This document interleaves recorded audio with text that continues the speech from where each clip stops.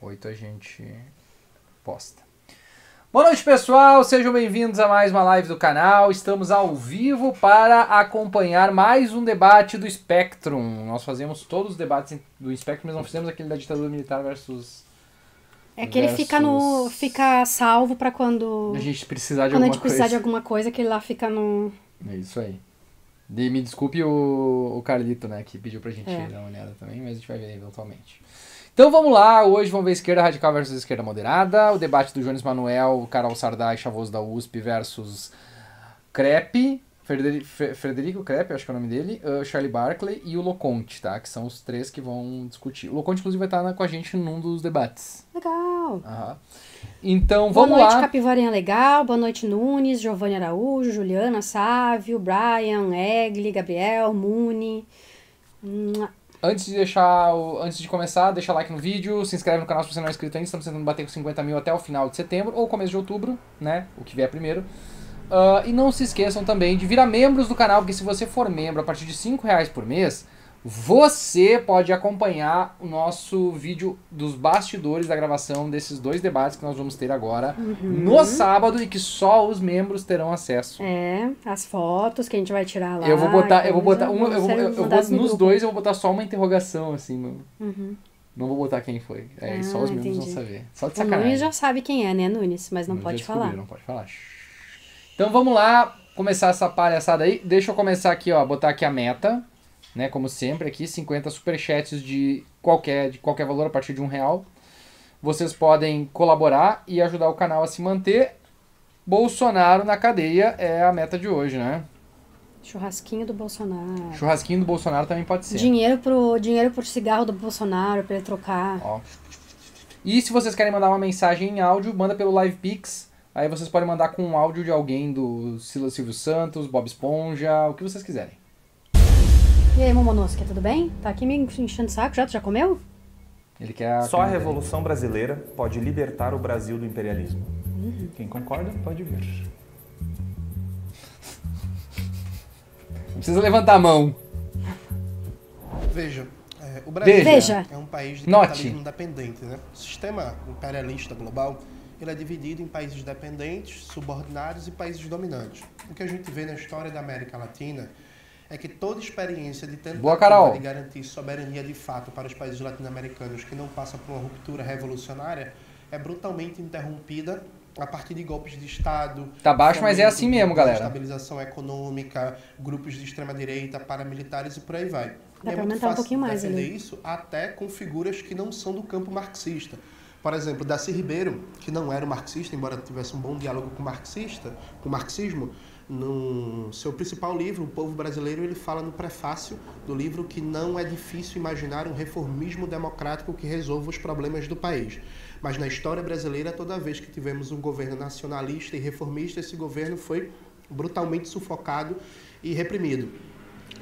Outra figura muito importante do campo reformista brasileiro, o Leonel Brizola, falava inclusive da necessidade de uma pimenta revolucionária na social-democracia brasileira, considerando que o Brasil é um país da periferia do sistema capitalista. Então a gente pode elencar diversos exemplos de países latino-americanos. A gente vai ter que ficar com eco, porque senão a gente não vai conseguir ouvir ele aqui direito, tá bem baixinho. Recursos naturais, a gente também tá baixinho. As condições de vida da classe trabalhadora, de aumentar seus graus de soberania, e que a resposta foi a mais brutal violência e reação da classe dominante interna do imperialismo. Recentemente, a gente viu um golpe de Estado na Bolívia em 2019, que tinha como um dos objetivos principais acabar com a política nacionalista de gestão do lítio, né? A Bolívia é um dos países mais ricos do mundo e lítio, que é fundamental na quarta revolução industrial. Aqui mesmo no Brasil, a descoberta do pré-sal ensejou a reativação da quarta frota dos Estados Unidos em golpe de Estado de 2016, a Lava Jato, evidentemente não foi só isso, mas é um dos exemplos. Inclusive, o governo Dilma nem era sequer um governo reformista. Então, na América Latina, nossas veias abertas estão sangrando. A gente só consegue pensar uma libertação do nosso país, um controle realmente popular das riquezas naturais do Brasil, uma verdadeira soberania do nosso país, se a gente consegue romper com o imperialismo. Romper com o imperialismo significa fazer uma revolução brasileira, dado que em nosso país, em toda a América Latina, como disse a grande Vânia Bambirra, As classes dominantes internas são classes dominantes dominadas. Elas dominam a classe trabalhadora, mas estão muito bem adaptadas a uma posição subordinada frente ao imperialismo estadunidense, formando um consórcio entre burguesia brasileira e grande capital estrangeiro. Então, me parece que está muito claro que imaginar uma emancipação do nosso país fora de um processo revolucionário é uma ilusão e acaba acontecendo cenas tragicômicas, né? Como o Ciro Gomes em 2018 sendo vaiado na CNI porque defendia um projeto nacionalista e a burguesia não topou. Salve galera, meu nome é Júnior Manuel, sou historiador, comunicador e educador popular, doutorando em serviço social pela UFAL e militante comunista. Hoje a gente vai participar de um debate comunistas versus esquerda moderada ou reformista. E por que eu vou defender a perspectiva comunista? Porque a gente conhece a história da América Latina e do Brasil. Não, Escritório B, nós não vamos fazer um vídeo sobre o que aconteceu com o Charlie Kirk. Que seja possível na América Latina, dominado pelo talvez eu faça alguma coisa, um curto pro TikTok dominantes dominadas, fazer transformações substantivas que mudem a vida do povo trabalhador sem partir para uma ruptura revolucionária. O último presidente reformista que a gente teve no Brasil foi o João Goulart, que tentou fazer reformas e teve um golpe de Estado e uma ditadura que durou 21 anos. Então, no Brasil, soberania, emancipação da classe trabalhadora só vem com a Revolução Brasileira. Eu acredito que apenas realmente com uma Revolução Brasileira nós conseguiremos a libertação total da nossa classe trabalhadora, principalmente das mulheres e mulheres negras que são a base dessa pirâmide do imperialismo e que historicamente sofrem com o imperialismo, desde a época da escravidão, que seus corpos foram utilizados para explorar e para gerar trabalhadores escravizados e explorados, até os dias atuais, que também o trabalho doméstico é mal remunerado, desvalorizado, e os países do norte global fazem uso desse trabalho do sul global, utilizando os países subdesenvolvidos, que eles precarizam, que eles exploram, para que esses países do norte global fiquem cada vez mais ricos, tenham cada vez mais benefícios a partir dessa exploração do sul global. Então eu só acredito realmente que com uma revolução, com a organização da classe trabalhadora, para tirar esse poder dos imperialistas, dos defensores do imperialismo, que nós vamos realmente ter uma emancipação. A Sardá é alta assim, ou fizeram perspectiva forçada na sala. Verdadeira para as mulheres, principalmente, para as mulheres negras que estão na base dessa pirâmide e que historicamente foram exploradas pelo imperialismo e que até hoje são a base dessa exploração, que são as mais oprimidas ao longo dessa história. Então, na minha visão, única e exclusivamente nós conseguiríamos a partir de uma revolução essa libertação, porque as reformas ou qualquer outra coisa que seja feita como um reparo ou um remendo nesse meio termo pode acabar afetando principalmente essas mulheres. Então, não tem como a gente ter uma libertação das nossas mulheres, das nossas minorias, do nosso povo, no geral, mantendo o imperialismo. Então, só a Revolução Brasileira realmente conseguirá libertar todos nós. Meu nome é Caroline Sardá, eu tenho 28 anos, eu sou comunicadora, publicitária e criadora de conteúdo sobre história da mulher e direitos femininos, mas também sou militante feminista marxista. Sou feminista marxista porque eu acredito que nós precisamos ver os problemas pela raiz deles. Por conta disso, estou do lado da esquerda radical para encontrar sempre a raiz dos problemas, principalmente linkados à história das mulheres. E se nós queremos revolucionar a vida das mulheres, nós queremos uma libertação real, nós precisamos arrancar o problema pela raiz e não simplesmente fazendo podas. Bom, eu acho que para entender por que só uma revolução pode libertar o nosso país do imperialismo, a gente precisa entender o que é o imperialismo e como isso surgiu, como isso se constituiu. Como a Carol bem trouxe, a gente vai voltar lá no período da escravidão para conseguir entender isso. A gente precisa partir todas as nossas análises referentes à sociedade brasileira, os problemas que a gente enfrenta hoje, do fato de que esse território foi invadido em 1500 pelos europeus que passaram aqui quase 400 anos escravizando pessoas negras, pessoas indígenas, explorando tudo que era possível desse território, a natureza principalmente, né, devastando os nossos biomas e florestas, enfim, né? Dessa forma eles enriqueceram, dessa forma eles se tornaram as potências que eles são hoje. E esse poder que eles acumularam naquele período, eles mantêm até a atualidade, né? Então a gente vive hoje numa situação de uma espécie de um novo colonialismo, né? O nosso país, o Brasil, assim como todos os outros países da América Latina, do continente africano, continuam de certa forma, né? De uma forma diferente, mas de certa forma ainda são colônias desses países europeus e atualmente dos Estados Unidos principalmente, né? Que acaba sendo esse maior império do mundo. Boa noite, Matt Pila! Né? Então, eles like agem na live, galera! Mesmo, né? Os Estados Unidos e essas outras potências europeias agem como grandes impérios que querem dominar todos os territórios possíveis, expandir o seu domínio da maior forma possível. É uma e esse domínio acontece putagem. de forma militar, de forma econômica, de forma tecnológica, de forma cultural. E não existe como superar isso por dentro desse sistema. Não existe forma de superar isso através de políticas públicas ou mesmo através de reformas. Como o Jones disse, né, o nosso país ele ocupa uma posição, um lugar dentro do sistema capitalista global. Esse sistema ele tem que ser visto dessa forma, como um sistema global, que tem esses países centrais, esses países imperialistas, esses países dominantes, e tem os países periféricos, os países que não são dominantes, mas que são dominados. E não tem como sair de dentro, Desculpa, não tem como fugir dessa lógica por dentro desse sistema. Adoro quando vocês vem acompanhando muito nos últimos meses. Muito certo. Obrigado, Matt Pita. Esse sistema. A gente vê que todos os países conseguiram fugir desse domínio imperialista, né, dessa dominação, principalmente dos Estados Unidos ou de outros países, foi só quando romperam com o capitalismo, né? Então, os países do mundo hoje que realmente que eu tava pensando em livres. Matt Pila, porque eu pensei assim, nossa, vai que a gente vai, né? Vai que alguém manda um superchat, né? Daí eu pensei em Matt Pila. Mas fica pra galera aí, Matt Pila, galera. Isso são os que passaram por processos revolucionários, ou mesmo que já passaram por isso antes, ainda durante o período colonial, ou ainda durante o período da escravidão. A gente teve, por exemplo, no continente africano, ainda no século XX, revoluções para que esses países conseguissem se libertar do colonialismo, né? Lutas revolucionárias anticoloniais. E a gente vai ter aqui no nosso continente o exemplo do Haiti, por exemplo, que é bastante inspirador para mim. A revolução que aconteceu lá faz falta no nosso país. Salve família! Meu nome é Thiago Torres, sou mais conhecido como Chavoso da USP, tenho 25 anos, sou formado em Ciências Sociais pela Universidade de São Paulo, sou palestrante, sou produtor de conteúdo nas redes sociais, e eu sou comunista e ecossocialista, porque eu entendo que esse sistema tá podre, esse sistema é problemático desde as suas origens, desde as suas raízes, ele não tem salvação dentro dele, a gente precisa superar ele, a gente precisa acabar com esse sistema para que a gente possa resolver de fato todos os problemas da classe trabalhadora do nosso país e também nesse momento histórico impedir que o capitalismo destrua o planeta dentro dessa crise climática que a gente está vivendo. Os que discordam podem vir. Vamos ver. Curioso deles, porque eles não conhecem o suficiente para poder falar. Bom, o primeiro ponto que eu queria destacar, eu queria trazer 3 pontos rápidos aqui para a gente iniciar a nossa conversa. O primeiro ponto é que eu acho que essa pergunta já está mal colocada. Por quê? A questão não é meramente a luta contra o imperialismo, a questão é o desenvolvimento material da sociedade brasileira, o desenvolvimento material de um país subdesenvolvido como é o Brasil e o desenvolvimento humano que vem acompanhado desse desenvolvimento material. E o imperialismo, nesse caso, ele não é o fim em si mesmo. O imperialismo ele é um obstáculo para esse processo de desenvolvimento. E eu creio aqui que todo mundo concorda com isso. E a luta é contra o imperialismo no sentido de ser um não gostei dessa cadeira confortável, né? Material e desenvolvimento humano do Brasil. Mas o cozinho agradece.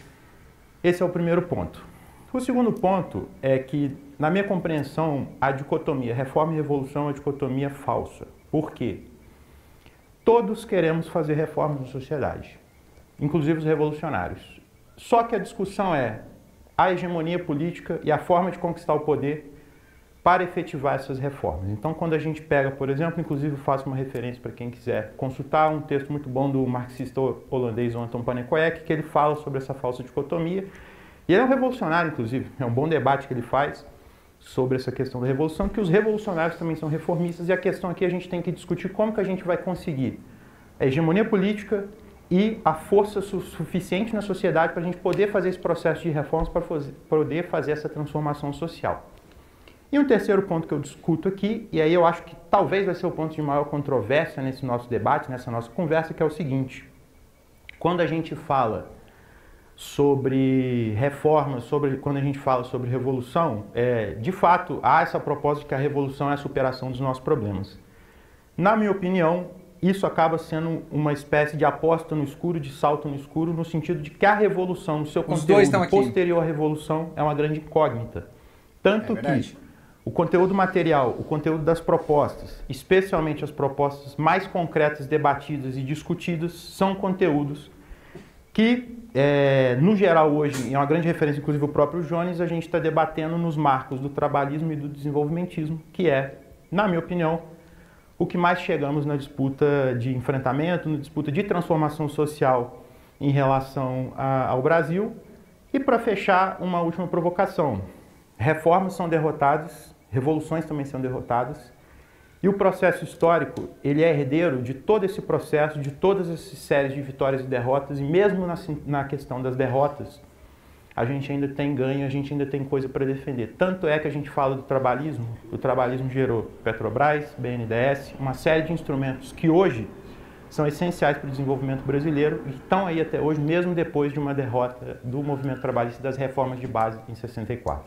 Olá, sou Frederico Crepe, sou professor de filosofia, tenho um canal no YouTube onde eu faço análise política, onde eu faço análise econômica, falo um pouquinho de filosofia também. Eu sou militante trabalhista, da ideologia mais bem-sucedida da política brasileira e que mais transformou esse país, e vim aqui defender a perspectiva trabalhista. Obrigado por dizer o óbvio, Sr. Crepe, já que socialismo é superação do capitalismo. A respeito do sistema capitalista, eu sou muito crítico ao sistema capitalista. Por enquanto, não. Eu entendo o processo de desigualdade, principalmente no contexto brasileiro, colonialista, que realmente a gente vive no capitalismo independente, a gente vive num mundo globalizado que não tem interesse no desenvolvimento dos países do sul global. Eu concordo com tudo isso. Meu problema é que falta materialidade num projeto socialista, porque eu não consigo ver num horizonte de onde vai vir essa revolução. Porque no século XX, a gente tinha uma hegemonia global entre socialismo e capitalismo, com a disputa entre Estados Unidos e União Soviética. A gente tinha revoluções explodindo por grande parte do mundo, em diversos países, e o Brasil ele não chegou próximo de fazer uma revolução socialista. Só quem acredita que a gente chegou perto de uma revolução socialista é direitista biruta que usa isso como justificativa para dizer por que a gente tinha que ter tido uma ditadura militar no Brasil. Então o Brasil, no meio da hegemonia, da disputa hegemônica, ele não teve capacidade de chegar nessa revolução. Então vocês querem que eu acredite que no século XXI, onde não existe mais hegemonia, ou melhor, não existe mais essa luta de hegemonia, porque hoje o grande bloco socialista é a China e a disputa deles com os Estados Unidos é uma disputa pelo mercado capitalista. A China está cagando para o socialismo nos outros países, eles estão preocupados apenas com os deles, eles não estão, como a União Soviética fazia, né, de apoiar reformas, né, de apoiar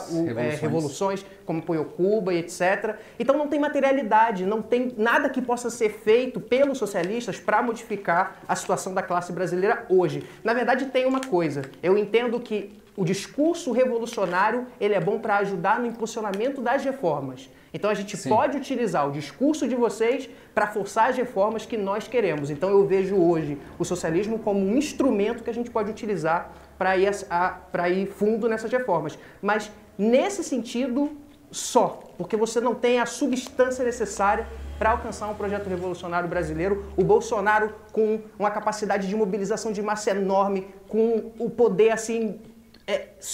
com uma capacidade de movimentar até grandes setores dos militares, com a máquina... Imagina um Bolsonaro inteligente, como é que seria o problema?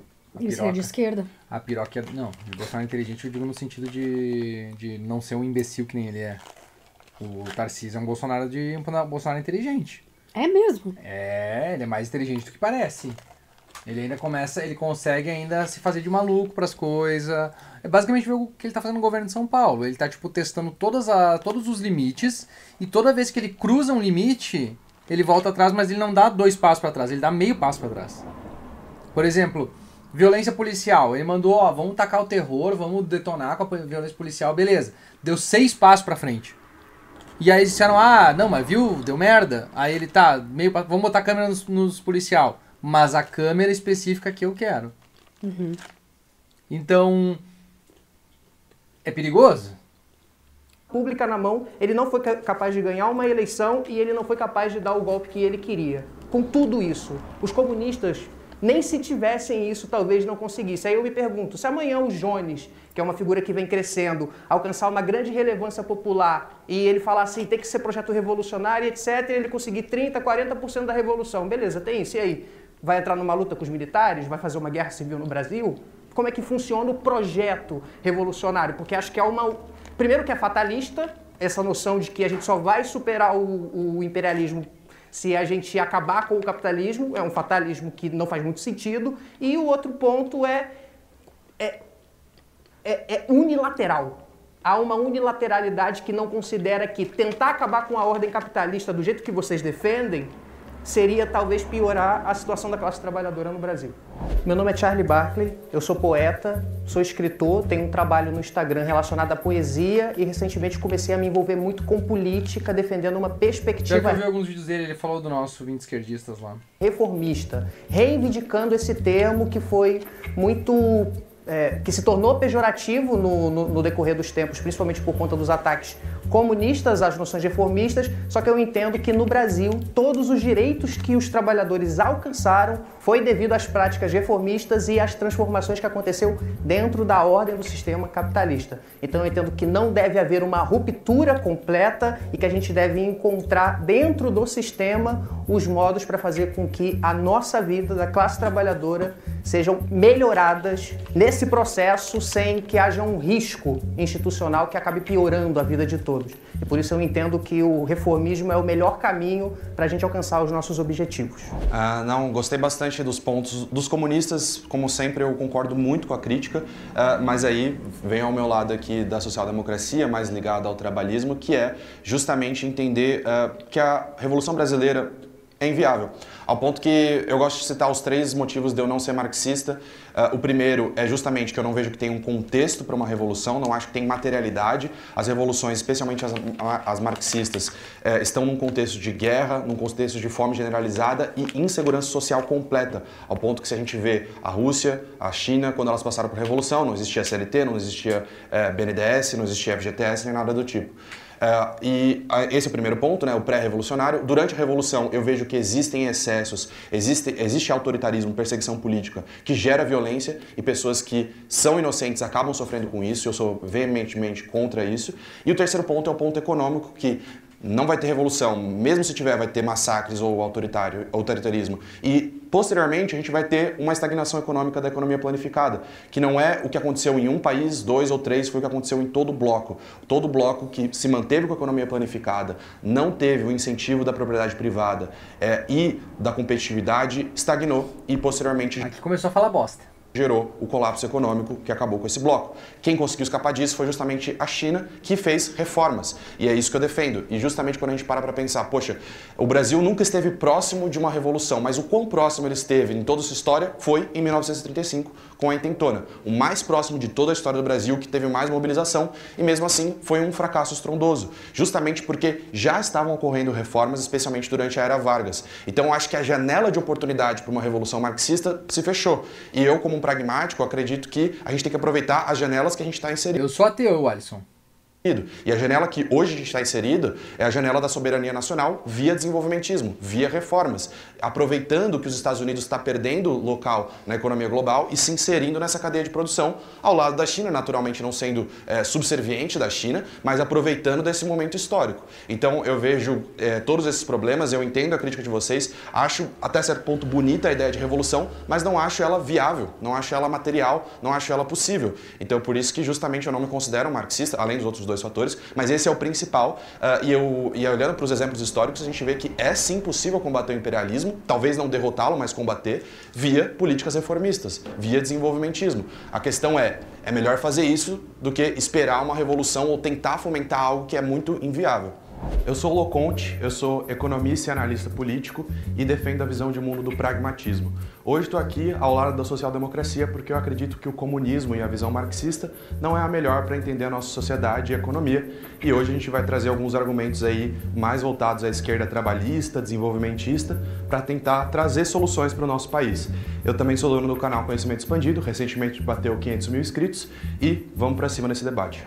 Vamos lá, eu acho que o time aqui, eles estão confusos, né? Porque o Charles, ele fala que a proposta de uma revolução e de dizer que só combate o imperialismo com a revolução é fatalista, mas em seguida o Loconte diz que se acontecer uma revolução vai necessariamente ter perseguição política, vai ter violência e a economia planificada vai estagnar. Então essa fala é fatalista, ele está prevendo o futuro, não importa o contexto, não importa as condições, ele está dizendo que vai acontecer a despeito de N fatores que possibilitam analisar as possibilidades históricas. Então, a fala do Loconte é fatalista, a defesa de uma revolução não. Isso por um lado.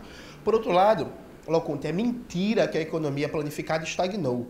Tem um texto muito importante do professor João Quartim de Moraes, O Mito do Fracasso Econômico da União Soviética, que mostra que no momento que a União Soviética estava próxima da sua queda, o crescimento econômico continuava crescendo, o crescimento da produtividade do trabalho continuava crescendo, inclusive acima do Brasil nos últimos 30 anos. O problema da União Soviética foi político, não foi um problema econômico. Inclusive, isso está muito bem retratado no livro O Socialismo Traído por Trás do Colapso da União Soviética. Eu também não acho que dá pra levantar muito a ideia de a economia planificada da União Soviética não ia funcionar no Brasil, logo não ia dar, não funcionou lá, então não ia dar certo. Não, a gente não sabe, né? Olha, a China tá fazendo o próprio modelo de socialismo, vamos dizer assim, ambientado para eles e para a realidade deles. Exatamente. Né? Então, assim...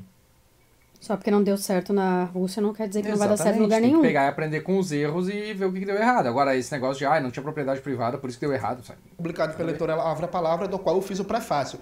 Então é mentira o mito de uma estagnação da economia planificada. Isso nunca... Registros históricos apontam que nos últimos anos da União Soviética a economia estava em estagnação e queda. Porém, há estudos que indicam que ocorria era uma desaceleração do nível de crescimento e não estagnação em si. O chamado mito do fracasso econômico destaca que a crise não foi apenas econômica, mas também política e social. Já a tese do socialismo traído argumenta que o colapso decorreu de reformas internas mal conduzidas e pressões externas mais do que de viabilidade econômica absoluta. Aconteceu na União Soviética. Aliado a isso, eu concordo com o Fred. Os comunistas eles defendem reformas, mas a gente é contra o reformismo, enquanto método de direção política. Exemplo claro disso. O presidente João Goulart defendia reformas de base muito importantes que os comunistas na época apoiavam. Veio a reação da burguesia e o João Goulart fugiu do Brasil para não ter um banho de sangue. Mas o banho de sangue veio do nosso lado.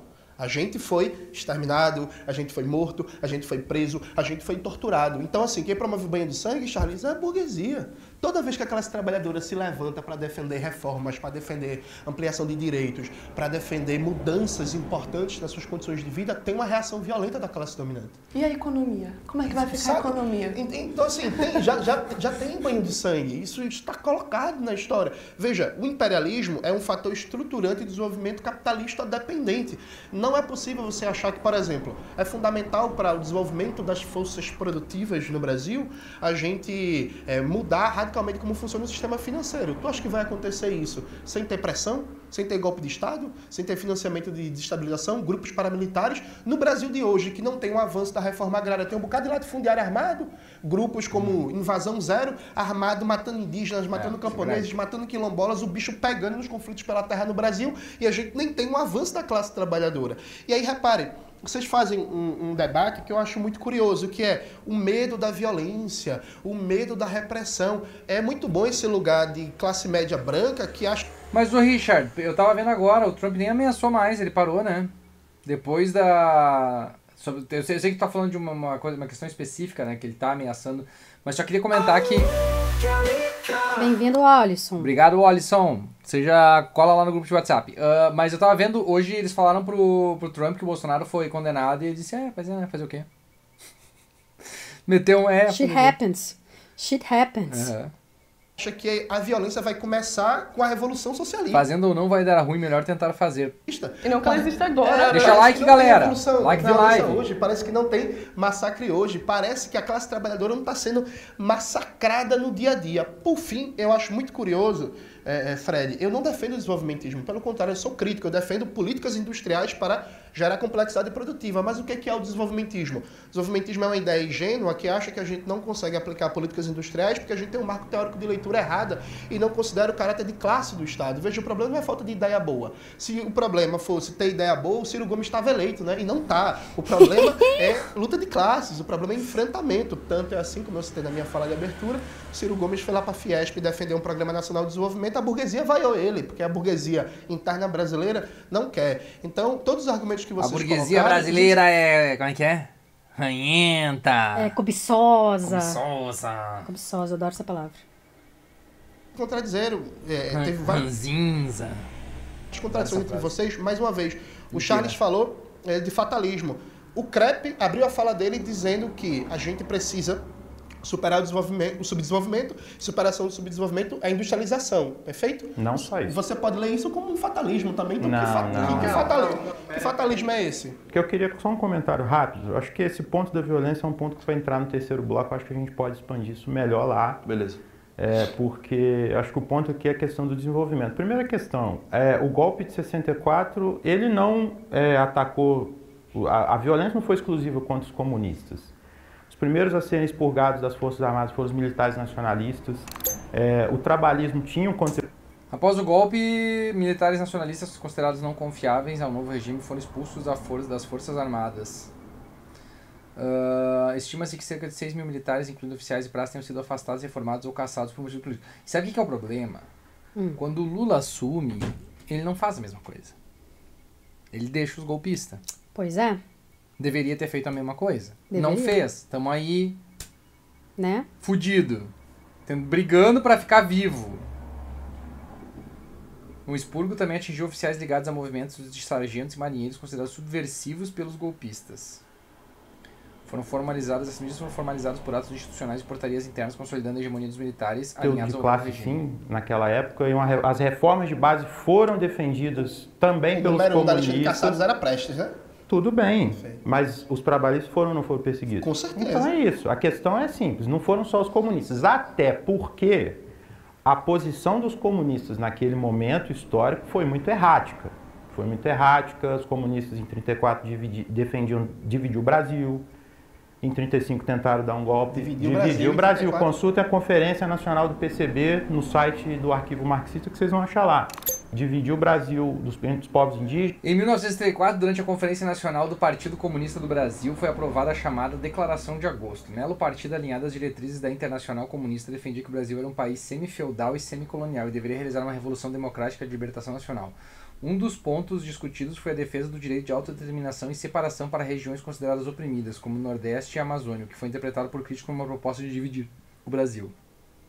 Indígenas no Nordeste, tá escrito lá, gente. Só consultar que vocês vão achar. Tá, vamos lá, rapidinho. Eu vou fazer um breve aspas, parênteses aqui pra falar do Charlie Kirk, porque a gente falou na outra live, ninguém vai ver aquela outra live direito, então vamos ficar nessa daqui. Que eu vou dizer, né? Temos que condenar a violência, né? Condenamos a violência, né? Porém, pediu, né? O cara sempre foi contra a regulação de armas, o cara sempre foi... O Charlie Kirk, no caso, né? Caso vocês não sabem o que eu tô falando. Mas ele sempre foi contra a regulação de armas, ele foi sempre um ávido promotor de ódio e extremismo político dentro dos Estados Unidos. Ele é o cara responsável pelas tarifas no Brasil, ele é um dos caras responsáveis pelas tarifas no Brasil, botar pilha no Trump para botar tarifa no Brasil. Ele é o cara que disse que os direitos civis dos negros foram um erro, que Martin Luther King era um babaca. Ele falou que... O que mais ele falou? Que criança, se a filha dele fosse estuprada e engravidasse, ele ia mandar ela ter o filho mesmo que ela tivesse 10 anos. Mesmo que ela tivesse 10 anos. Que mais ele falou? E disse que as mortes por armas de fogo valiam a pena para manter a segunda emenda. Isso. E é importante lembrar também que ele falou que a Palestina não existe, não deveria existir. Que ele acredita que a Palestina não existe. Ele falava que a Palestina não existia. Então assim, a Palestina tá aí, ele não, né? Então assim, é um cara que pregou o ódio e morreu por causa do ódio, né, gente? Discurso que incita a violência gera violência. Eu tava comentando hoje. Foi triste, foi chocante, foi horrível. Não quero isso pra ninguém. Mas acredito que o mundo é um lugar melhor sem o Charlie Kirk. O ponto todo que eu comentei na live hoje de tarde é o seguinte: o momento que ele toma o tiro e ele tem aquela reação, eu acho que choca muito a gente, porque a gente é humano e a gente se vê como frágeis humanos. Então a gente se vê como frágeis humanos porque a gente vê assim, tipo, cara, a pessoa tava ali no momento e no outro ela já não tá mais. Quando o George Floyd morreu, ele disse que o George Floyd era um scumbag. Esse era o tipo de pessoa que ele é. Daí a pessoa fica, por que vocês estão comemorando a morte do Charlie Kirk? Por que vocês estão falando mal do Charlie Kirk? Gente, não diz na Bíblia, faça aos outros o que quer que faça com você? Era isso que o Charlie Kirk fazia com os outros. Aí o pessoal diz, mas a Bíblia diz que é pra gente não comemorar. Não, em Provérbios 11:10 diz que é pra gente se alegrar na morte do ímpio. Então, nós estamos, na verdade, seguindo o que a Bíblia diz, tá, galera? Mas, enfim, esse é o ponto, sabe? Ele é um cara que pregou o ódio, morreu por causa do ódio que ele mesmo pregou. Se vocês olharem, por exemplo, aqui, o que aconteceu com essa pessoa que provavelmente cometeu esse crime contra ele, aconteceu com o tio França. O tio França era um cara que foi extremado pela extrema-direita, caiu no discurso deles, e ele jogou uma bomba e morreu, né? Sim. Então, assim, ele é um resultado do discurso de ódio que estava sendo promovido no Brasil desde 2016. Ele é o resultado final do que acontece com uma pessoa doida que comete um crime. E a pessoa que fez isso com o Charlie Kirk também, ela tá sendo motivada por um discurso, e é um discurso de extrema-direita, porque, tipo assim, cara, a esquerda não prega que tu vai lá e ataque essas pessoas e mate essas pessoas. A esquerda muitas vezes é a favor do controle de armas nos Estados Unidos. Só que a direita ela nunca quer, a extrema-direita ela nunca quer o controle de armas. Toda vez que tem um tiroteio numa escola, eles vêm com esse papinho do Charlie Kirk de defender a posse de armas para eles. Eles nunca resolvem o problema. Então, como o Hassan, que é... Que ele até comentou ontem na live, achei muito interessante o ponto dele, assim, ele disse assim, cara, não adianta ter colete à prova de bala, não adianta ter segurança boa, porque ele tinha tudo isso, e ele morreu igual. Né? Então, o que resolveria esse problema? Se 20, 30, 40, vamos dizer 46, hoje já teve 46 tiroteios em escolas nesse ano nos Estados Unidos, tá? Teve um ontem, inclusive. Se 200... tiroteios atrás nos Estados Unidos, eles começassem a pensar no controle de armas, isso não teria acontecido agora. Mas vai continuar. E mesmo com a morte do Charlie Kirk vai continuar, porque eles não vão regular armas. Não vão. Então, né?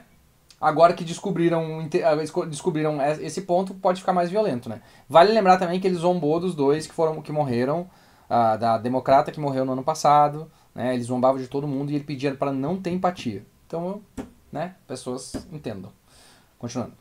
A questão é, onde estavam, outro exemplo, Brasil, regime democrático já após 45, Getúlio Vargas, governo democrático do Vargas. Os comunistas defendiam a derrubada do Vargas.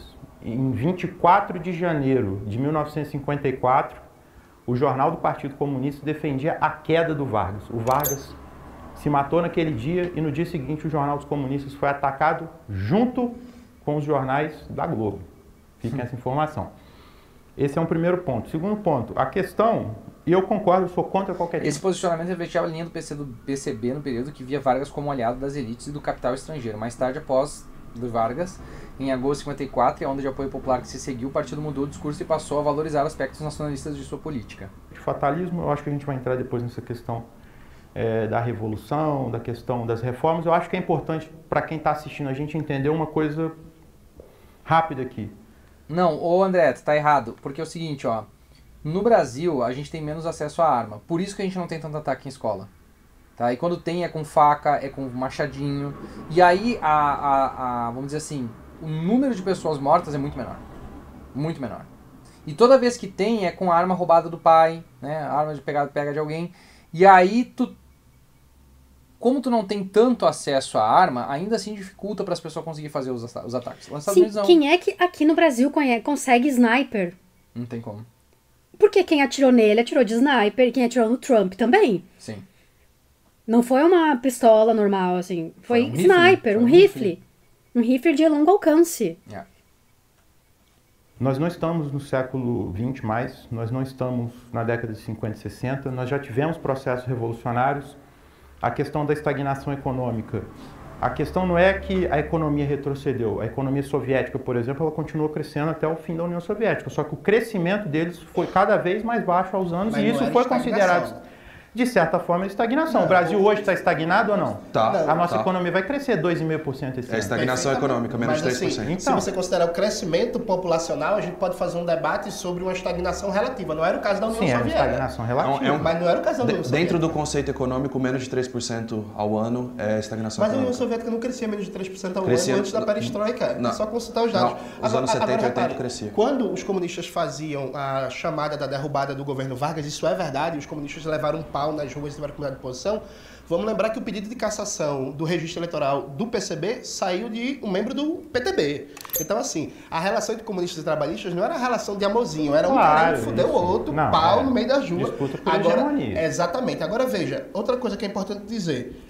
Existe um debate, Charles, sobre uma situação pré-revolucionária no Brasil em 64. Não é verdade que só a direita malucada faz um debate que o Brasil estava na boca da Revolução Comunista pré-64. Você pode consultar, por exemplo, o Combate nas Trevas, de Jacob Gorenda, ou o Subdesenvolvimento e Revolução, do Rui Mauro Marini. Existia um debate sobre uma crise de situação pré-revolucionária em 64. E a posição dos comunistas em 64... não era só dos comunistas pressionar o governo Goulart à esquerda, era a posição também do Brizola, que inclusive quando teve o golpe de 64, o Guerreiro Ramos, que era deputado pelo PTB, soltou um texto duríssimo chamando o Brizola de irresponsável e colocando a culpa do golpe em posições esquerdistas, como ele chamava, como a do Brizola. Então, assim, a conjuntura é muito mais complexa. Fato concreto é que quando veio a reação às reformas, o João Goulart, ele não enfrentou. Ele fugiu. E aí esse é o debate sobre o método político de tocar as reformas. Porque, veja, isso é um fato histórico. O sociólogo e deputado federal Alberto Guerreiro, que havia sido aliado do trabalhismo, publicou após o golpe de 64 texto que responsabilizava Leonel Brizola pela radicalização política e abriu caminho para a ruptura institucional. No artigo intitulado A Irresponsabilidade de Brizola, Guerreiro Ramos acusava o então governador gaúcho de intransigência e voluntarismo, sugerindo que sua postura incendiária teria isolado o governo de João Goulart e facilitado a ação dos militares. Ah, mas é muita... É muito querer botar a culpa em um cara. Amanhã a gente levanta um debate sobre fim da escala 6x1, estatização do sistema bancário, reforma agrária, retomada dos postos do pré-sal que foram privatizados. Gente, like na live. Bora mandar um pilinho aí, vocês ajudam a pagar a live. Com certeza. Tomada da Eletrobras, a comemorar, fazer um churrasco em comemoração à prisão do Bolsonaro. Da prisão do Bolsonaro. A condenação vai do ter Bolsonaro. bloqueio, vai ter sabotagem, vai ter fomento de golpe de Estado, vai ter pressão histérica e tal. A reação vai vir.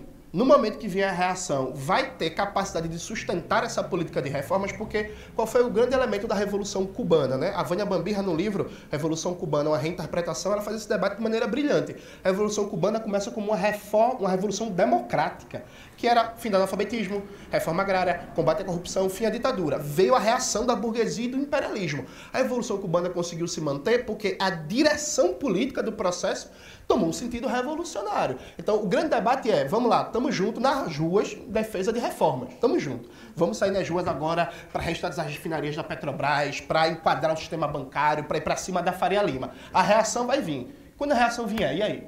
Não, mas aí calma aí, só para eu não vou ficar monopolizando muito tempo do meu grupo, não, mas eu só queria destacar assim, você deu o exemplo da Revolução Cubana, aquilo foi uma necessidade por conta do contexto histórico da Guerra Fria, um país ali logo embaixo dos Estados Unidos, pequeno, sem muita força política para enfrentar, força econômica também para enfrentar a reação dos Estados Unidos. Para a União Soviética. Exatamente. E a União Soviética ela abraçou a Revolução Cubana também, deu suporte num contexto de Guerra Fria. Hoje não existe União Soviética. E é um fato, gente. Cuba a China não vai apoiar a Revolução. Cuba seria nacionalista se não fosse pela União Soviética. Fidel Castro era um grande nacionalista. Não, o contexto não pesou? Não foi determinante? O contexto pesou, mas Fidel hoje no Brasil a gente vai fazer... Fidel era nacionalista. A Revolução... Mas, ô Jones, a Revolução Cubana, ela resolveu o problema do imperialismo? Cuba é um país que não é dominado pelo imperialismo, ele é um país agredido pelo imperialismo. A situação de Cuba e do Brasil são diferentes. Sim, mas a posição revolucionária, o imperialismo continua agredindo, não dominando. Não dominando. Mas de certa forma, agredir e impedir, por exemplo, o desenvolvimento econômico de Cuba é, em alguma medida, dominar eles. Não, mas sim, veja, claro Cuba é um país de 10 milhões de habitantes pequeno. É claro que a capacidade de Cuba em si desenvolver suas forças produtivas numa situação de cerco é pequena. Agora, veja, liberdade tem seu custo, né? Conseguir emancipar um país significa enfrentar o imperialismo. E o imperialismo é isso. A vida é dura, Charles. Não, eu gostaria muito que a gente conseguisse transformar o Brasil de norte a sul, resolver os problemas da classe trabalhadora, resolver a fome, resolver o problema da mobilidade urbana sem ser tiro, porrada de bomba. Eu gostaria. Mas a realidade latino-americana, a realidade brasileira não é essa. Repetindo mais uma vez. João Goulart vai lá, faz o comício da Central do Brasil, defende as reformas de base. Vem um golpe de Estado que dura 21 anos e a frota dos Estados Unidos estava estacionado aqui na costa brasileira, pronto para invadir se tivesse resistência. E aí? Eu só queria pedir Eu ia perguntar, na verdade, o que propõe? O que vocês propõem? Tipo, se a revolução não vai funcionar, o que vocês propõem? Aquilo que já melhorou o Brasil. Olha só. Tá bom agora? Melhorou? Mas tá melhor que antes. Peraí, Mas tu não é contra o autoritarismo? Pior que tá, não fica, já diria o Tiririca, né? Ditadura Vargas? Não. É Estado Novo? É voltar ao Estado Novo? Não. O governo... Sadá, olha só, tem uma questão que eu acho que vocês não estão considerando. Então, eu conversei com o Elias Jabor e perguntei da função do BRICS, né, como é que ficaria, e ele me disse uma coisa que meio que me deixou bem chateado. Mas eu vou falar, vocês vão ver na live enfim, a explicação melhor dele no vídeo. No vídeo de sábado, tá? Mas basicamente ele disse assim, o BRICS até esse negócio do Trump era só um banco que tinha lá pra ajudar o pessoal. Agora que eles começaram a se mexer. Sábado que horas? No horário dos vídeos, 8 horas da noite. Vou fazer uma estreiazinha lá. É 15 minutinhos, é bem curtinho o vídeo, tá? Porque a gente não podia tomar muito tempo dele, mas ele foi muito preciso nas declarações dele. Eu já larguei o primeiro corte lá no Instagram, quem quiser olhar. E no TikTok vai sair agora às 8 também. Então vocês já podem dar uma olhadinha lá e ver o que vocês acham. Mas é basicamente isso, assim. O BRICS, ele disse assim... O BRICS tinha um banco, era isso. E agora, com os Estados Unidos no cangote, começou a se organizar. Sabe? Agora começou a se organizar, assim. Então, agora a gente tá vendo, assim, essa galera começando a pensar assim, não, realmente a gente precisa se juntar. Porque, e vou dizer assim mais também, tá? É por culpa do Brasil também, tá? O Brasil tá meio que tipo assim, fazia uma política de jogo duplo, assim, que funcionou até certo ponto, mas agora não funciona mais.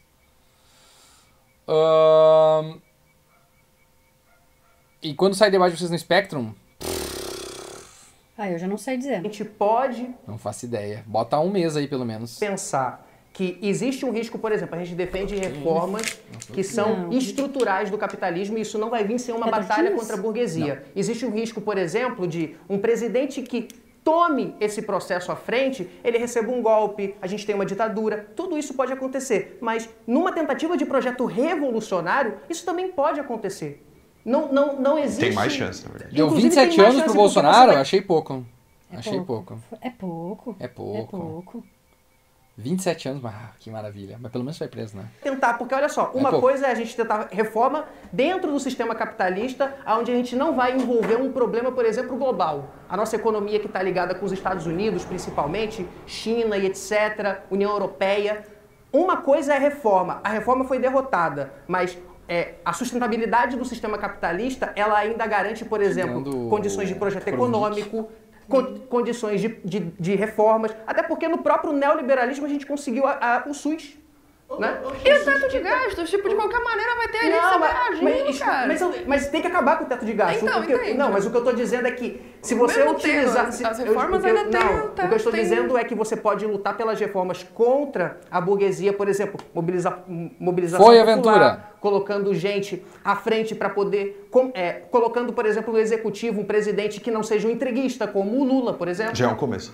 Já colocando um cara desse na presidência, que não seja um neoliberal, um cara que efetivamente lute pra gente acabar com o próprio João Goulart. Não, beleza, mas isso é outro contexto. A Dilma, por exemplo, tomou um golpe neoliberal.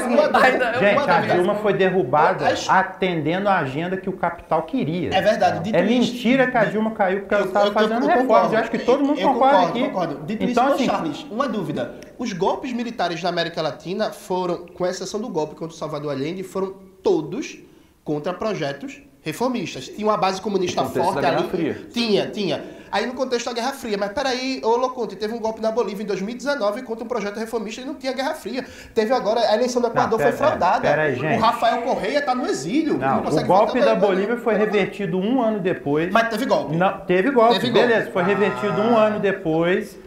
E o projeto de esquerda da Bolívia foi derrotado muito por conta das posições erráticas do próprio Evo Morales, que desestabilizou o país recente. A eleição do Equador foi fraudada. mas não se manteve. O governo Gustavo Petro... A eleição do Equador, eu não vou entrar nessa discussão agora, porque eu não sofreu 4 tentativas de golpe de Estado. Está de pé. Vamos fazer uma pergunta aqui rápida, então. Vamos fazer uma pergunta aqui. A Dilma também tinha. A questão é o seguinte... Mas não compare o Petro com a Dilma, não. Se a Dilma tivesse 40% de aprovação, ela teria caído? Não. Então... Então a questão é só fazer a reforma que a gente vai ter golpe. Eu acho que o contexto é diferente. Mesmo porque o que gera a crise política... Esse é um ponto de verdade, é verdade. O governo da Dilma foi muito impopular na segunda vez. Claro que teve levante da Faria Lima. Levante da Faria Lima, teve os veículos de imprensa cagando na cabeça dela, mas, cara, fizeram isso com o Bolsonaro e ele se manteve. Como é que ele se manteve com 30% ou 40% de aprovação? Eu nunca esqueço da plaquinha Dilma, eu quero ir na Disney de novo. É que teve isso também, né? Isso aí foi uma coisa que foi um tiro no pé. A galera foi fazer um protesto pra pedir pra não subir 20 centavos e a gente acabou num pesadelo. Um pesadelo. Vamos fazer um protesto aqui porque subiu 20 centavos a passagem, celular, pessoal da esquerda. A passagem do ônibus aqui subiu 20 centavos, fazer um protesto. Vamos queimar tudo. Ei, porra, queimamos tudo. Aí o pessoal assim olhou. Porra, tô de saco cheio desse PT, hein? Ganharam de novo essa merda. Vamos tirar eles. Fuderam tudo pra todo mundo. Obrigado, PSTU! De Porto Alegre. Obrigado, PSTU de Porto Alegre. É tua culpa, filha da puta. Mano, como é que não vai ser cooptado, Leonardo? Como é que não ia ser cooptado, né? Os caras começaram, a galera se juntou e foi. Virou uma bola de neve. Ai, cara, que inferno, cara. Que inferno, que inferno. Fazer quando vier a crise econômica. Vocês não respondem isso. Saiu a sentença? Porque que diz? Enfrentar, você tá Tem que enfrentar. Vamos lá. Mas é porque você tá Eu quero citar mais uma oportunidade pra gente dialogar. enfrentar. Vamos lá. Darcy Ribeiro, no Dilema Latino-Americano, um dos livros clássicos dele, o Darcy Ribeiro faz a seguinte formulação. E veja, o Darcy não era marxista. Qual é a seguinte formulação do Darcy? Projeto reformista na América Latina, para se sustentar, precisa ter como pressuposto métodos revolucionários, dado que o mais tênue reformismo popular e nacionalista na América Latina, a gente não está na França, a gente não está na Austrália, Voloconte, a gente não está na Holanda e tal. Quem falou na dos América países, Latina, projeto reformista para sustentar tem que ter método revolucionário. Isso é o Darcy dizendo, nos anos 70, inclusive frente à experiência. Darcy Ribeiro abordou em diferentes textos dos anos 60 e 70, quando refletia sobre os rumos do continente diante da desigualdade social e do imperialismo.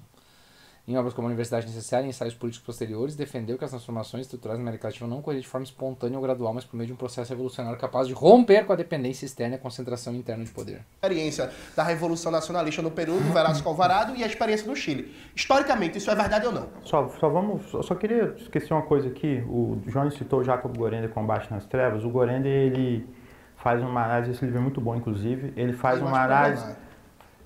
Provavelmente ele acha problemático porque o Gorender faz muitas críticas à luta armada nesse livro, deve ser talvez por conta disso. É criticar o Prestes. Também, o Gorender tinha um probleminha ali com o Prestes ali também, até meio pessoal ali. 100%. E o Gorender nesse livro, ele fala que o Jango poderia ter resistido ao golpe. E assim, gente, eu vou dar uma opinião para vocês, eu não vou atacar moralmente o Jango nesse ponto, porque eu acho que o Jango foi um grande brasileiro, foi um grande defensor da emancipação nacional. A meu ver, de fato, ele poderia ter tentado enfrentar sim o golpe, sim, mas eu acho que... Se fosse marxista, ele teria enfrentado. Não necessariamente, não necessariamente. Até porque o Jango ele tinha um grande amor pelo Brasil, ele queria evitar uma guerra civil de grandes proporções e a gente não podia saber o futuro. Eu acho que essa questão de invocar a ditadura futura, os 21 aqui, anos... Ó, o Alexandre de Moraes sugere que a pena aplicada a Jair Bolsonaro seja de 27 anos e 3 meses de prisão. Então tá aí, galera, 27 aninhos. O estado de exceção à violência, que tudo tem que ser condenado, obviamente, a gente não pode ser também engenheiro de obra pronta e pegar o resultado do processo e falar que ele já estava previsto lá no passado. Tanto é que muitos líderes políticos erraram nesse ponto. Sim. O próprio Juscelino Kubitschek apoiou o golpe achando que ia ter eleição em 65. Então, assim, eu só acho que a gente tem que evitar esse tipo de coisa. A pergunta é, o Darcy, no livro O Dilema Latino-Americano, ele fala que na América Latina, pelas características de desenvolvimento capitalista dependente, vindo do colonialismo, domínio do imperialismo e tal, propostas reformistas só se sustentam com métodos revolucionários, pegando inclusive o exemplo histórico tanto do golpe de 64, porque vamos lembrar, quando veio o golpe de 64, o Darcy defendeu dar uma lambida de metralhadora na tropa do Olímpio Mourão Filho, que estava saindo de Juiz de Fora. Né? Então ele queria passar o cerol, correto. Então assim, aí o Loconte vai dizer que isso era autoritarismo. Vê que tristeza, Loconte. Loconte. Então, se ele começasse a perseguir opositores depois que o regime comunista fosse estabelecido... Mas perseguir golpista é perseguir opositor? Não. Então pode perseguir golpista. Se for golpista, sim, porque não defende o Estado Democrático de Direito. Nazista e tal. Enfim, perfeito. Então, dito isso, o Darcy está certo ou está errado? Quais que são esses métodos revolucionários para possibilitar a reforma? Métodos revolucionários, por exemplo, vem um golpe de Estado, Calma. A pergunta é do Darcy, reclama com ele. A pergunta do João está usando o Darcy. Não, ele tá... Calma. Esse livro foi lançado em 74, se não me engano. Calma. Estamos em 2025. Não, mas calma. Não, beleza. Não, você reivindica a carta de testamento do Brizola, do Vargas. Calma. Não é... Vai ser assim até o final. Eu reivindico o regime do Vargas no contexto histórico. Deixa eu falar. Não é outro contexto histórico. Teve uma tentativa de golpe de Estado ano passado.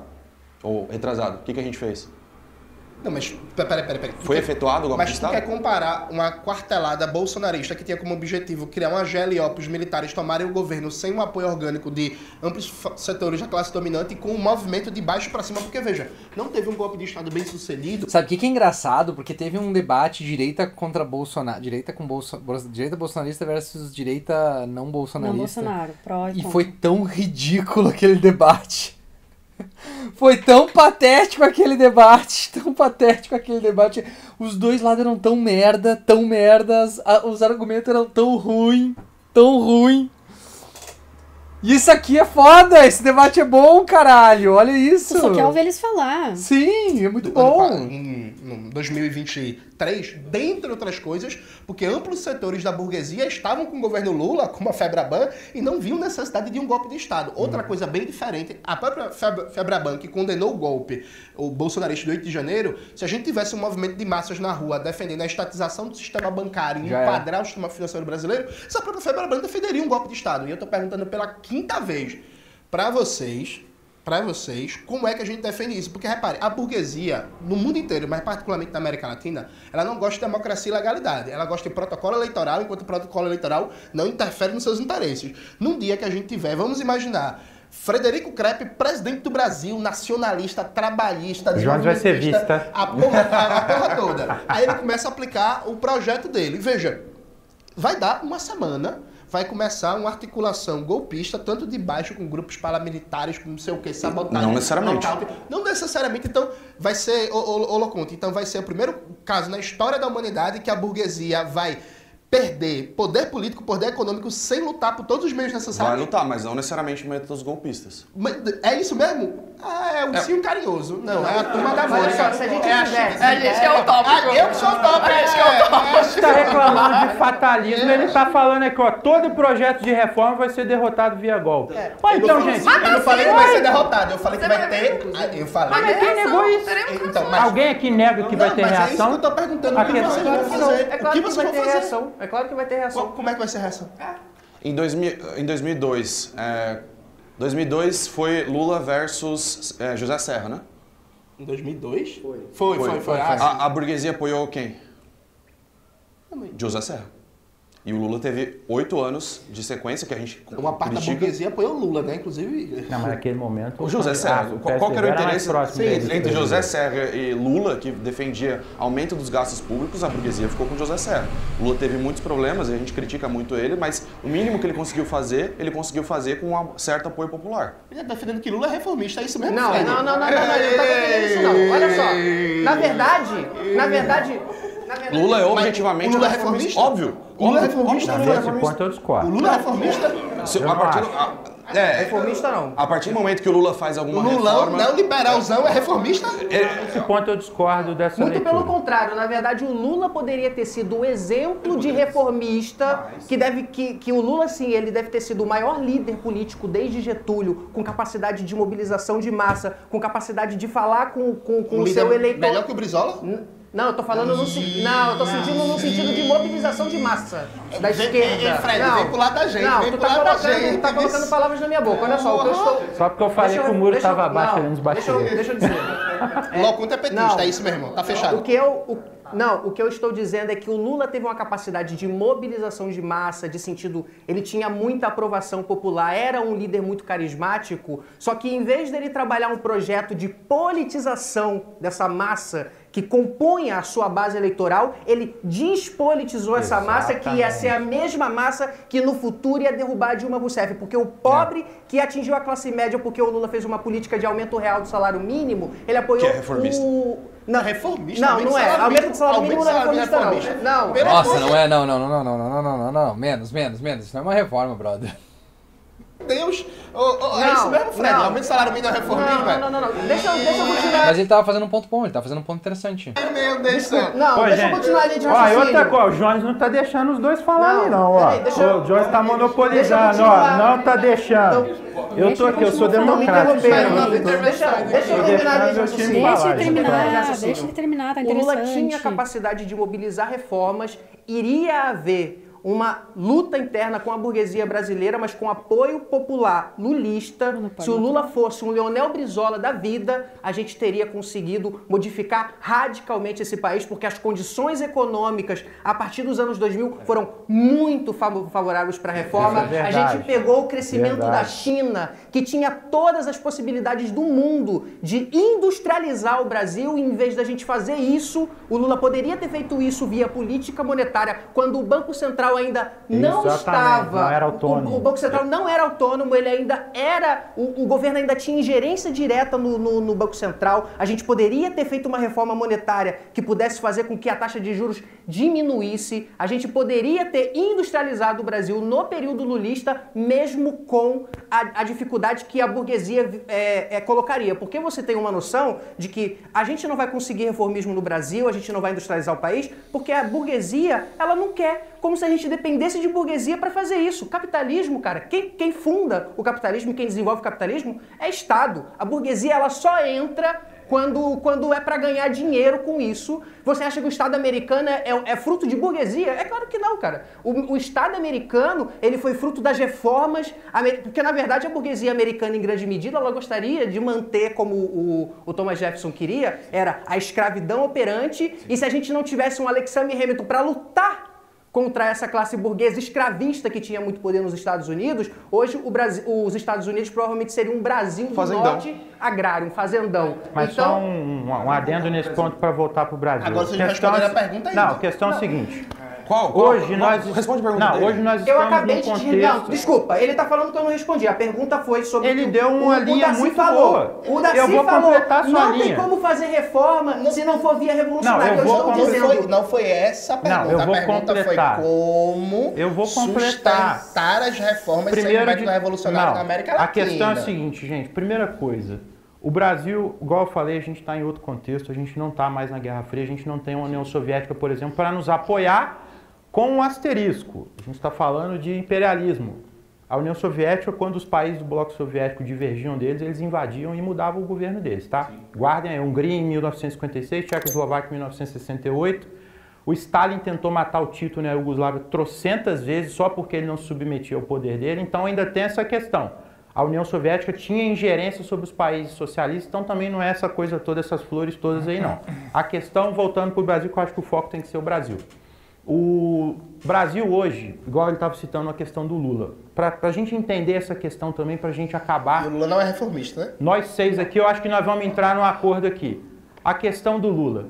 O Lula teve um período ali na época dele, um momento, uma janela de oportunidade histórica. Por quê?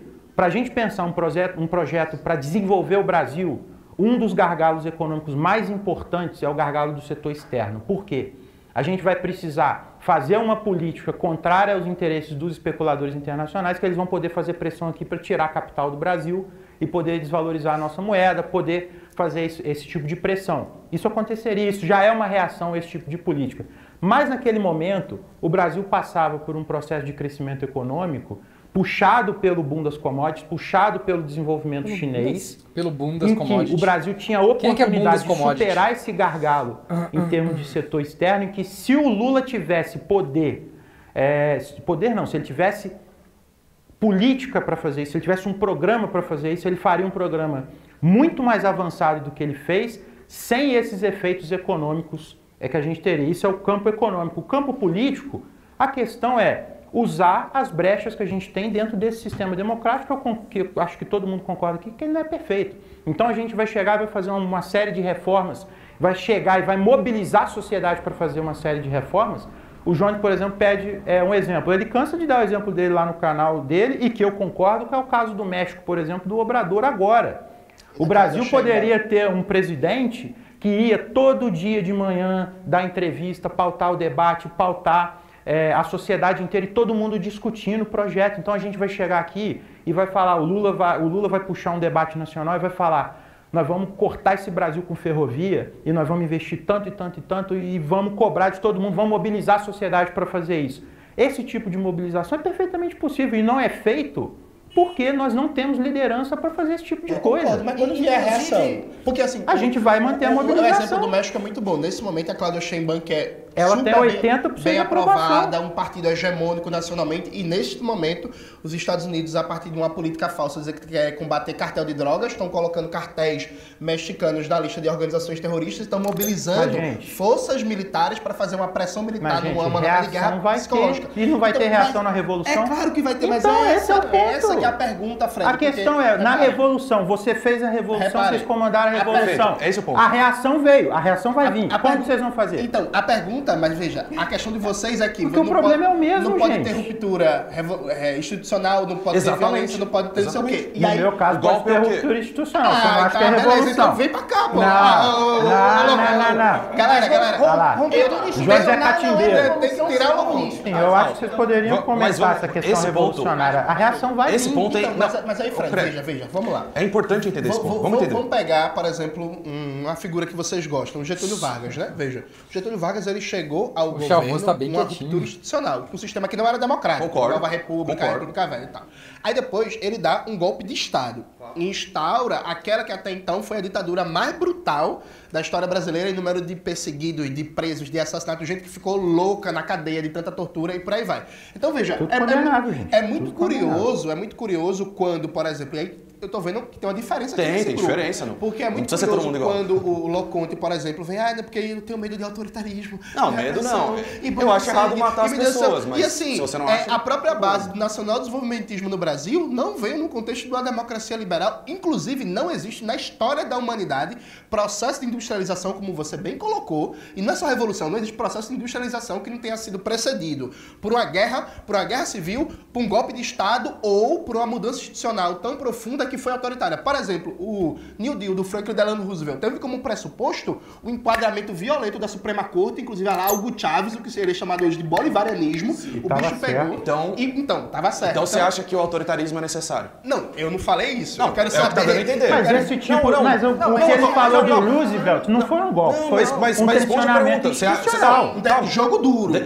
Vamos fazer jogo duro aí, ó. Vem pra cá, Jonas. Olha lá, viu? Olha lá, é isso. Não dá pra ficar aqui porque tem um petista aqui. O Jonas já tá pulando no mundo já, gente. Não foge da pergunta. É necessário algum grau de autoritarismo para consolidar a industrialização no seu ponto de vista?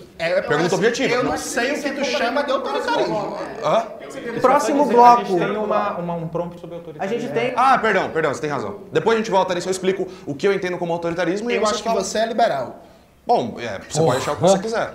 E como é que a gente vai se libertar do imperialismo, gente? É isso que eu tô aqui tentando. Não pode ser. Na minha academia, onde faço musculação, tinha bolsominion chorando. Ai, cara, que coisa mais linda, cara.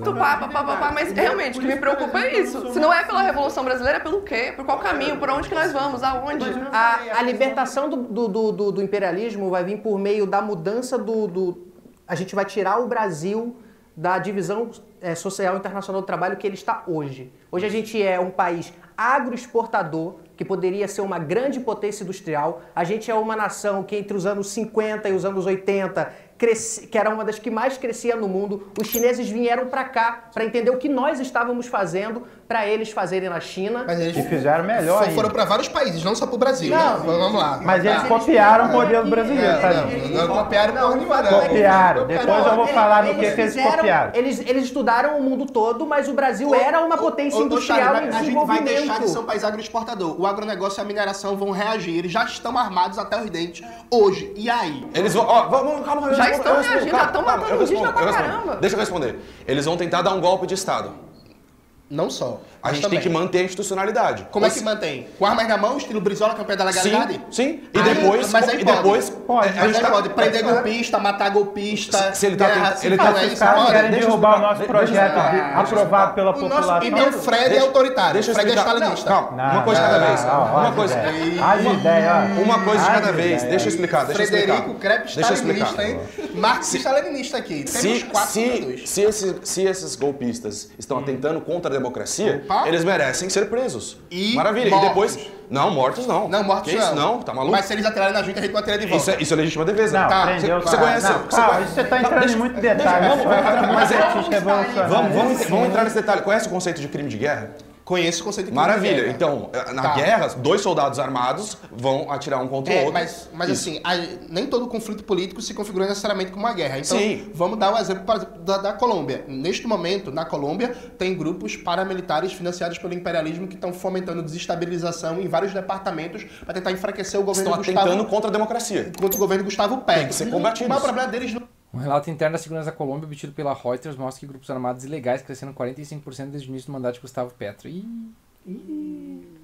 21 mil membros até junho de 2025. Expansão maior nos 4 anos que no governo anterior. Entre os principais estão o Clã del Golfo e o ELN. O governo tentou negociar através da política chamada Paz Total, mas a estratégia acabou fortalecendo os grupos que exploram o cessar-fogo para ganhar mais território. Não é a democracia, o problema deles é ter um projeto de esquerda anti-imperialista. Não, mas pera aí também, gente. Os grupos paramilitares da Colômbia já existem antes do governo Petro também. Que já existe. Isso é histórico na Colômbia. Mas a gente tá falando não nasceram agora com o governo Petro. Óbvio, mas a gente tá falando de processos específicos de sabotagem ao governo Petro. Então, a minha dúvida é o seguinte, vocês deram voltas. O único que falou abertamente que não é contra a ruptura institucional se for necessário para sustentar um projeto de superação da dependência foi o Fred. Porque assim, a vida é dura. Mas não é questão de ruptura institucional no sentido de dar um golpe ou fazer um processo revolucionário. Quer um exemplo? Tá, vamos lá. Fred foi eleito aqui presidente do Brasil. O Jones é meu vice. Da última vez que os trabalhistas... Eu daria um golpe. Olha só, cara. Olha lá. Rasgou a fantasia.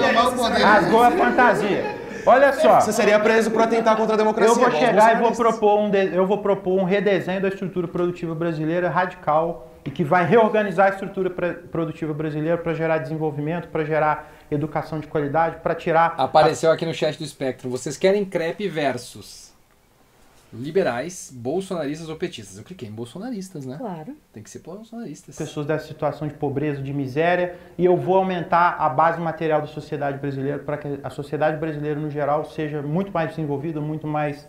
que ela possa florescer mais, que ela possa se desenvolver enquanto seres humanos e tudo mais. Vocês vão me apoiar, vamos imaginar que vocês vão me apoiar. Vai ter reação? Vai ter reação, não vai? Beleza. Vamos usar o instrumento que a gente tem de hegemonia popular, de chamar o povo para poder defender essa reação. E ainda tem outra coisa. Se eu quiser, eu posso, se eu tiver apoio suficiente para isso, eu posso, tendo a hegemonia política, criar uma outra Constituição para o Brasil e tirar essa Constituição e fazer uma Constituição mais avançada. Isso vai ser uma revolução? Vocês considerariam isso uma revolução? Depende da contexto histórico, porque o Florestan Fernandes trabalhava com o conceito de revolução democrática para explicar processos em que, ainda que não se começou uma ruptura com o capitalismo, você tem uma tal mudança da correlação de forças entre as classes que a dinâmica de produção e distribuição da riqueza está em jogo. Nesse teu exemplo, a gente estaria no contexto de uma revolução democrática com tal nível de participação da classe trabalhadora que seria inédito. Agora, a questão Aí o Jones ia me dar um golpe e assumir o controle. A questão é como fazer para sustentar, porque o teu exemplo é fantástico. Isso aconteceu no Chile do Salvador Allende, né? E aí tem um grande livro do Muniz Bandeira, trabalhista também, né? Muniz Bandeira, inclusive, a estratégia do caos sobre a derrubada do governo Salvador Allende. E uma das grandes questões é o Congresso chileno estava abertamente sabotando o processo político no Chile, o governo Salvador Allende, fomentando um golpe de Estado. E aí as massas na rua pediam o fechamento do Congresso. Isso seria uma ruptura institucional com o sistema político que estava posto. O Allende não quis fazer isso, veio um golpe de Estado feito por um general que era considerado até então um general legalista. A minha dúvida é, o Frederico Krepp, presidente, começa esse processo de reorganização da base produtiva do Brasil, superação da dependência, desenvolvimento do Sistema Nacional de Inovação, combate ao rentismo e tal. Tá até empolgado. Vai vir, claro, eu fico empolgado. Eu fico empolgado com o enfrentamento das mazelas. 2030 mas vai vir a reação. Aí a reação até agora é o seguinte: o Charles não sabe o que fazer, o Loconte vai soltar nota de repúdio pro STF. Defender a democracia. E o Krepp é o bolsonarista. Tem um pouquinho de sangue no olho. Então, assim, tá muito difícil. Não, a gente tem opiniões diferentes, a gente não precisa O problema, não, a questão aqui não fica mexendo é que nós vamos fazer um redesenho institucional do país e a gente vai ter apoio popular para sustentar isso. Mas eu tô vendo celular, eu acho que o centro da discussão aqui nós não temos resposta. Eu quero ver só qual é que deu com a galera aqui. E eu creio que vocês também não. E eu acho que a grande questão aqui a gente tem que pensar no objetivo que a gente quer, no desenho que a gente quer pensar para o futuro da sociedade, a gente tem que lutar por isso. Ô Fred, mas você não tem resposta pronta. Por que a tua crítica à proposta revolucionária foi dizer que é uma espécie de proposta sem conteúdo, um salto no vazio? Um salto no escuro. Por que então? Então, vejam. Qual que é o conteúdo da Organização Econômica Comunista no Brasil, da Revolução Brasileira? Então, do ponto de vista político, vocês não têm uma resposta pronta, tranquilo, para a sustentabilidade na história brasileira de um processo reformista que vá, na visão de vocês, gradualmente emancipando o país. Eu creio que há caminhos a serem explorados. Caminhos a serem explorados para uma proposta... que nem você discorda. Não, mas caminhos a serem explorados para uma proposta de economia planificada eu também tenho. Eu não defendo a economia planificada, isso é um outro debate. Agora, a questão, gente, de verdade, por exemplo, o caso do México. O governo do México acabou de passar uma reforma em que o judiciário do México está submetido ao poder popular. Tu é a favor dessa reforma, Loconte? Não estudei ainda. Eu acho que o Loconte é contra, viu? Que ele é liberal. Não, você pode supor várias coisas, mas eu defendo que todos os ministros da STF têm que ser eleitos pelo voto popular. Depende. Se no longo prazo... Tem outros exemplos de outros países? Não, eu acho que a Bolívia tem eleição direta para o judiciário. Pode ser interessante. Só que a Bolívia também está num processinho também que acabou de acontecer um problema. Você viu agora. A direita ganhou a eleição, o Supremo da Bolívia foi lá, tirou todos os golpistas da cadeia. Fora que assim, você fica falando como sustentar o projeto reformista. Bom, todos os avanços do capitalismo nos últimos 100 anos, eles vieram através de reformas. Foi assim e foi assado. Teve reforma. A gente teve um monte de retrocesso, principalmente a partir dos anos 80, com o neoliberalismo, que foi intensificado com o FHC. E o neoliberalismo se consolidou no mundo, porque não tinha mais um campo socialista para forçar a burguesia a aceitar reforma. Vamos ver as penas. Braga Neto, 26 anos, 24 de reclusão, 2 de detenção. Anderson Torres, 24 anos, 21 anos e 6 meses de reclusão, 2 anos e 6 meses de detenção. Almir Garnier, 24 anos, 21 anos e 6 meses de reclusão. Almirante condenado em tribunal civil. Tome! Recebas. E aí o Bolsonaro, né? Mais uma multinha que botaram ali. Os outros eu não sei se saiu ainda. Eles estão falando ainda. Ih, o Fux tá enchendo o saco. Mas peraí. No começo do debate eu não falei que vocês são o instrumento necessário pra gente poder fazer com que as reformas sejam impulsionadas? Como é que a gente vai ser instrumento pra vocês quando vier um golpe de Estado, vocês vão fugir do Brasil, como vai fizeram antes? Vai deixar pra o Bolsonaro se fuder, morrer. Meu Deus, pelo amor de Deus. Inclusive, o Jones que vai me dar o golpe, o cara tá falando o próprio Evo Morales e o Garcia Lineira, assim, quando veio o golpe de 2019, eles fugiram da Bolívia. Na época eu fui crítico, não sustentaram o golpe. A sorte foi que na Bolívia você tinha uma base popular muito aguerrida que sustentou o enfrentamento, mas as lideranças reformistas... E derrotou o golpe depois. Mas as lideranças reformistas fugiram. Aí, veja, a minha questão é bem simples e objetiva. Uma coisa só que tem que entender de Zona de Fogo é assim, ó, o Zona de Fogo é caro de fazer, tá? Tem que ter alguém que chame view. Porque eles pagam esses programas com view, pagam esse programa com patrocínio. Então, assim, tem que ser alguém que chame atenção. O Dom, por exemplo, o Dom e o... Isso, cachorro. O Dom e o Guilherme não são nomes que são fortes, tá ligado? Assim, fortes que nem o Jones e o Pavanato, por exemplo. Mas a Carol Sardá é. A Michelle é. A Michelle, inclusive, dos crentes lá, foi o primeiro vídeo deles a bater 1 milhão. Quem é que mais tem? O Arthur Duval também, agora vai fazer. O Arthur Duval também, é forte também. Então são nomes que são pesados pra botar num circuito de fogo, num zona de fogo. O Chavoso eu acredito que sim, o Crepe eu já não sei tanto, tá ligado? Mas se é um Crepe versus 20 bolsonaristas, eu acho que seria legal. Materialidade para o movimento marxista agora. É curioso, porque... Mas não tem, era mais fácil o Brasil virar uma teocracia evangélica daqui a 5 anos do que a ditadura do proletariado, Jones. Hoje, enquanto a classe trabalhadora, ela é contra. Charles, enquanto campo político... Eu já falei isso aí também, hein? Até o comunismo vocês ouviram aqui primeiro. Hoje, o campo político marxista é mais forte do que um campo reformista se você excluir o petismo do campo reformista. Não, beleza, mas aí vamos fazer uma pergunta aqui. Vocês vão discordar disso? Quem que tá mais próximo de uma revolução hoje, gente? É o bolsonarismo. Não. Nós estamos errados aqui? Peraí. Qual que é a maior força política de mobilização popular no Brasil? Agora. O campo político marxista hoje tem mais influência na sociedade, no debate público, tem mais capacidade de mobilização do que um campo reformista. Não, que, inclusive, tudo bem. Vocês estão querendo refundar a partir do novo trabalhismo. Ok. E o campo de vocês... Eu gosto de bicicleta. Você está tão inorgânico ainda que tem um petista aqui que está defendendo tudo ao contrário. Catimbeira. O que deu? Então, ano que vem, a gente vai ter pelo menos um marxista em 4º lugar nas eleições, né? 4º, 3º. Vamos ver, né? Mas assim... Eu acho provável. Analisando pelas eleições também é complicado, né? A gente vai ter um candidato reformista. Quem vai ser o candidato reformista? Eu queria fechar uma questão aqui rapidinho, só para lançar um debate. Não. Vamos lançar um debate aqui. Eu acho que só para fechar esse debate, a gente já está acabando. Eu só acho que a gente tem que refletir. A gente tem que refletir uma coisa rápida, assim. Projeto de reformas. Só botar em qualidade porque reduziu a gente tem que refletir uma coisa rápida, assim. Projeto de reformas, todo mundo aqui tem. A questão é, nós estamos debatendo as reações e as formas de aplicar essas reformas. Eu só acho que não pode ficar com essa consciência de que, não, o projeto revolucionário ele vai superar esses impasses.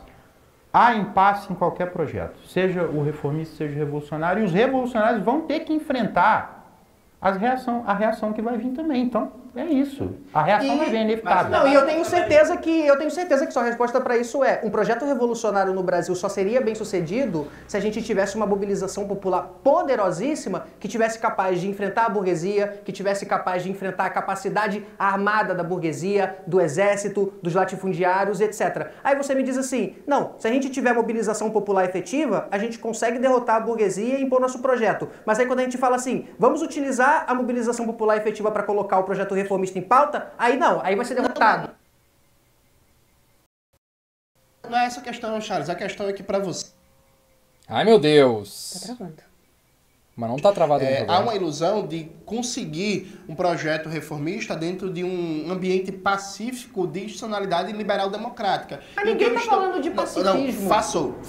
Você falou, eu falei pacifismo. Falou. Inclusive, na sua apresentação, você disse que o projeto revolucionário pode levar o Brasil a caos institucional, a banho de sangue, a violência. Você falou na sua apresentação. Pode. Isso não é pacifismo. Então vamos lá. Isso não é pacifismo. A questão é, na história da América Latina, o João está sendo fatalista de novo. Não estou sendo fatalista, porque ele está falando assim, no passado foi assim, então no futuro vai ser igual. Fred, então se fosse em todas as revoluções socialistas que acontecerem no futuro, vai acabar igual a União Soviética, gente. Eu estou trazendo a história, Fred, para a gente pensar cenários a partir da a União Soviética não está aqui mais. Então eu vou chegar para você e falar, a revolução está destinada ao mesmo fracasso da União Soviética. Mas a União Soviética acabou, não foi todas as revoluções não, tem várias que estão de pé. Está de pé, mas a China não está de pé hoje por conta de... Mas a China sempre foi estudada diferente da União Soviética. A economia chinesa nunca foi planificada. A União Soviética acabou, o bloco do leste europeu acabou, então assim, não é preto no branco assim. Cuba tá aí, Coreia Popular tá aí, Laos tá aí. Vietnã e China só estão se desenvolvendo porque eles fizeram reforma. Eu deixei ultrapassar um pouquinho aqui. Se vocês quiserem, eu daria minutinhos pra vocês. Não, tá suave. É porque no segundo eu acho que eu falo mais. A gente conseguiu provar que Loconta é liberal. Na sua cabeça, sim. Nossa! Climão, hein, galera? Que torta de climão, Que climão, hein? Tá, vai entretendo o pessoal aí enquanto eu vou postando o vídeo, porque agora eu vou postar rapidamente aqui o primeiro corte. Então, se você tá vendo esse corte, não esqueça que vai ter parte 2, hein?